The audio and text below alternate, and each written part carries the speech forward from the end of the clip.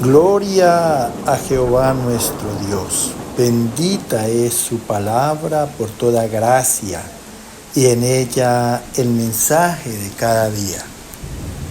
Estamos en el tema el todo del hombre en su naturaleza humana, 10ª parte. Bendito es el Verbo de Dios, mi Señor Jesucristo, mi único y gran Maestro. Cristo vive. El que quiera hacer la voluntad de Dios, conocerá si la doctrina es de Dios o si yo hablo por mi propia cuenta. Escrito está: Abba Padre, derrama de tu Espíritu por toda guianza a nuestras vidas. Amados, el ocuparse de la carne en la concupiscencia del pecado es muerte. Y los que viven según la carne, en los deseos de la carne contra Dios, no pueden agradarle a Él. Por cuanto los designios de la carne son enemistad contra Dios. La mentalidad y las intenciones del hombre están en rebelión contra la voluntad divina. Escrito está en la carta a los Romanos, capítulo 7, verso 12, del 8 al 11, 13, 17, 18 y del 23 al 25. El mandamiento es santo, justo y bueno, mas el pecado, tomando ocasión por el mandamiento, produjo en mí toda codicia. Venido el mandamiento, el pecado revivió y yo morí. Y hallé que el mismo mandamiento que era para vida, a mí me resultó para muerte, porque el pecado, tomando ocasión por el mandamiento, me engañó y por él me mató. Luego, lo que es bueno vino a ser muerte para mí, en ninguna manera, sino que el pecado, para mostrarse pecado, produjo en mí la muerte, por medio de lo que es bueno, a fin de que por el mandamiento el pecado llegase a ser sobremanera pecaminoso, de manera que ya no soy yo quien hace aquello, sino el pecado que mora en mí. Y yo sé que en mí, esto es, en mi carne, no mora el bien, porque el querer el bien está en mí, pero no el hacerlo. Pero veo otra ley en mis miembros que se rebelan contra la ley de mi mente y que me lleva cautivo a la ley del pecado que está en mis miembros. Miserable de mí, ¿quién me librará de este cuerpo de muerte? Gracias doy a Dios por Jesucristo, Señor nuestro. Así que yo mismo con la mente sirvo a la ley de Dios, mas con la carne a la ley del pecado. Escucha con atención lo que nos habla Dios aquí en boca del apóstol Pablo. Y así como Dios, la palabra de Dios es un misterio para todos, para todo el mundo, así también Él, a través del Espíritu Santo y de sus santos profetas, la revela. Aquí, por ejemplo, Pablo, que es un hombre que estuvo en el tercer cielo, en el Espíritu, recibió revelación de parte de Dios de lo que realmente pasó en la desobediencia de Adán y Eva. Dice aquí, esta porción bíblica se llama el pecado que mora en mí. Acuérdate que la carne es comparada con la serpiente, la carne está llena de malos deseos, de concupiscencia, y es precisamente la que llevó a a Adán y a Eva a pecar. Dice aquí que el mandamiento, o sea, el mandamiento que les había dado Dios referente a no participar del árbol de la ciencia del bien y del mal, ese mandamiento venido de Dios es santo, justo y bueno. Lo que quería Dios aquí a través de este mandamiento en la obediencia era participar a Adán y Eva de su carácter, de su imagen conforme a la semejanza de Dios. Acuérdate que en Génesis empieza diciendo que Él hizo al hombre y a la mujer, a la hembra, conforme a la imagen y semejanza de Él. Y sigue diciendo aquí más el pecado, tomando ocasión por el mandamiento, o sea, tomando oportunidad por el mandamiento de no participar del árbol de la ciencia del bien y del mal, produjo en Eva toda codicia. Eva codició el árbol porque lo vio bueno para comer, delicioso a la vista, y también para alcanzar sabiduría independientemente de Dios. Venido el mandamiento, el pecado revivió y yo morí. Quiere decir que el pecado estaba en la carne inactivo, y cuando revivió, pues esclavizó al espíritu, lo sedujo. Y hallé que el mismo mandamiento que era para vida, a mí me resultó para muerte. Ese mandamiento que le participaba de la vida de Dios, le resultó para muerte. Al no obedecer el mandamiento, pues lógicamente ya no va a ser vida, sino muerte, porque la paga del pecado es muerte. Porque el pecado, tomando oportunidad por el mandamiento, me engañó y por él me mató. Despertó en Eva la rebeldía. Luego vino en la desobediencia la condenación de la muerte. Luego lo que cuestiona, luego lo que es bueno vino a ser muerte para mí, o sea que el mandamiento que era bueno, justo y santo, vino a ser muerte para mí.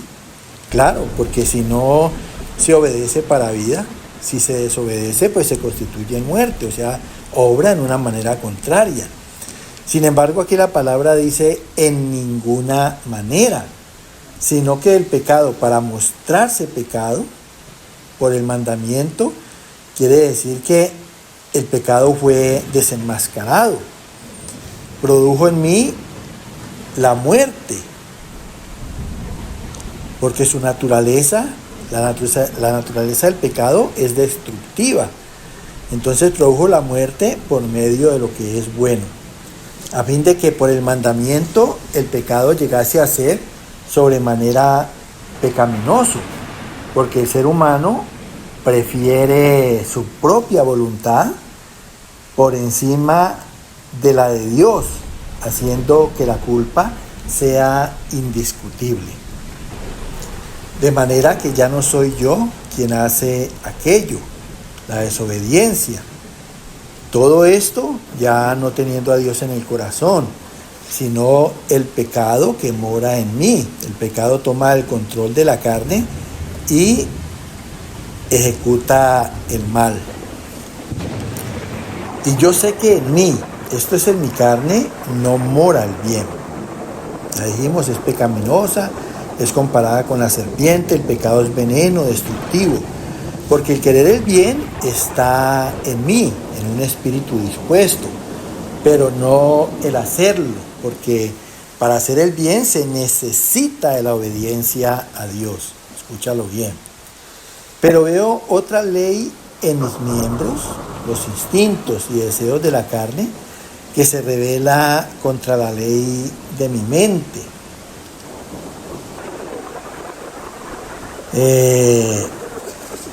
Se revela contra el entendimiento del espíritu y que me lleva cautivo a la ley del pecado que está en mis miembros.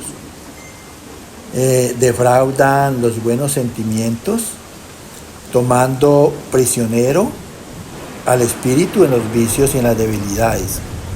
Miserable de mí, dice el apóstol Pablo, o sea, infeliz, desdichado, porque eso es lo que hace el pecado en el hombre.